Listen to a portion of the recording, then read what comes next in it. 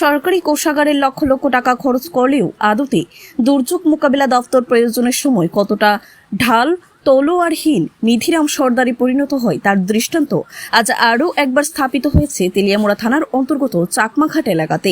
এর সাথে সাথে চরম দায়িত্বহীনতার পরিচয় দিয়ে মহকুমা প্রশাসন সার্বিকভাবে সমালোচনার কেন্দ্রবিন্দুতে।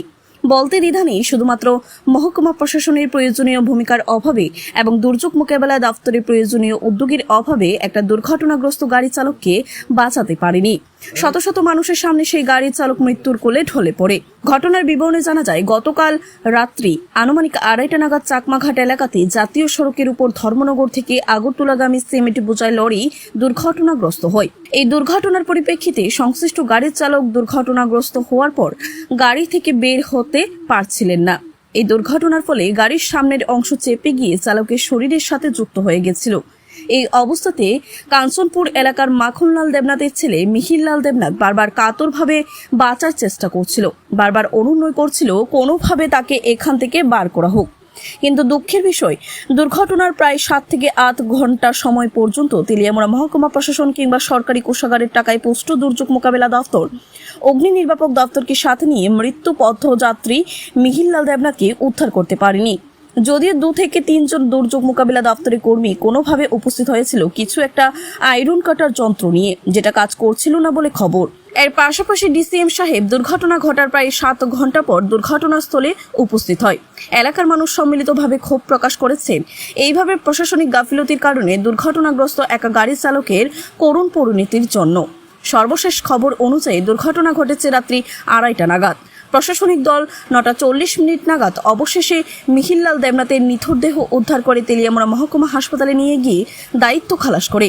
এই দুর্ঘটনা একদিকে যেমন ব্যাপক চাঞ্চল্য তৈরি করেছে, ঠিক অন্যদিকে আরও একবার প্রমাণিত করল, যতই কাগজে কলমে দুর্ঘটনা মোকাবেলায় দুর্যোগ মোকাবিলা বিভাগকে প্রশিক্ষণ দেওয়া হোক না কেন, সময় আসলে সবাই রীতিমতো ব্যর্থ হিসেবে পরিচয় বহন করে। তবে এই ঘটনার পরিপ্রেক্ষিতে নিজেদের সীমিত ক্ষমতার মধ্যে দাঁড়িয়ে টিএসআর এর 12 ব্যাটালিয়নের বিভিন্ন স্তরের কর্মীরা প্রশংসনীয় ভূমিকা পালন করেছে বলে খবর। সুপার মার্কেট কোন সময় অ্যাক্সিডেন্ট হয়েছে? প্রায় রাত্র 2:30টার সময়। কি অবস্থা আছে? কি রাত্র 2:30টার সময় অ্যাক্সিডেন্ট হয়েছে। এখন অবধি যে ড্রাইভারটা আছে রিকভারি করা গেছে না। এখন অবধি আজকে এখন প্রায় 5 ঘন্টার উপরে হয়েছে। এখন অবধি ড্রাইভারটা রিকভারি করেন গেছে না। বাকিটা ভগবান জানে, হয়তো ড্রাইভারটা জীবিত আছে না মৃত আছে, এখনও আমরা করতে পারি না। খুব এখানে প্রশাসন খুব ব্যর্থ। যেমন আমাদের যে ম্যানেজমেন্ট যা আছে, তারা যেগুলো জিনিসগুলি আনছে একটাও স্টার্ট হয় না, কোনো কামই করে না। রাত 2টার সময় তারা 2 জন আসলো। সকালবেলা হয়েছে পরে দেখে অনেকেই আসছে, কিন্তু কামের না কেউ। আমি মনে করি হ্যাঁ, এই যে অ্যাক্সিডেন্ট হয়েছে এলাকার সাহায্য কে বাড়াইছে? এলাকার লোক আছে, সঙ্গে এখানে যে টিএসআর আছে, আমাদের 12 ব্যাটালিয়ন সেই জওয়ানরা অনেক সাহায্য করছে আমাদের। এখনো কি বাইরেছে না? এখনো অবধি আমার রিকভারি হয়েছে না। ড্রাইভার কি মৃত আছে না জীবিত আছে? হয়তো বা অনেক সময় আছে, তো ড্রাইভার ফাইসার হয়েছে ভিতরে অ্যাক্সিডেন্ট করে হয়তো বা মারা যেতে পারে বা জীবিত আছে, বা ডাক্তার করে যাবে, আমার মনে হয় মারা যেতে পারে। এখন এই পর্যন্ত 5 ঘন্টার উপরে হয়েছে এখন পর্যন্ত। হ্যাঁ, বাই করতে পারছি না রে ড্রাইভারটা বাই করতে পারছি না ড্রাইভার এখনো করতে পারবে না। কীরকম অবস্থা আছে ড্রাইভারটা? ড্রাইভার হ্যাঁ, ডেড হয়ে গেছে, মারা গেছে। কি মনে করেন আপনি, এটা কার মানে এই যে ঘটনা রয়েছে?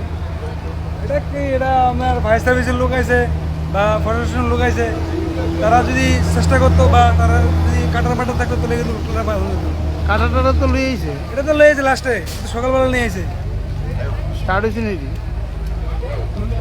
চলছে নি কাটাটা চলছে নি? চলছে, এটা তো আপনার সামনেই দেখলেন। এটা স্টার্ট হয় না। আমি হ্যাঁ কইলাম এটা কোনতে টুকাইলে এলা, হ্যাঁ কয় তুমি কা আমাকে বেরিয়ে যাও নি। আরে জিনিস আনছো, জিনিসই চলে না। কেটা আনছে? এটা যারা আনছে তারা এই ফায়ার সার্ভিসের লোক বা যারা নিয়ে এসে তারা নেই। মানে কি মনে করেন, কার ব্যর্থতা মনে করেন? এটা কিছু প্রশাসনেরও আছে কিছু ব্যর্থতা। ব্যুরো রিপোর্ট, খবর জনস্বার্থে।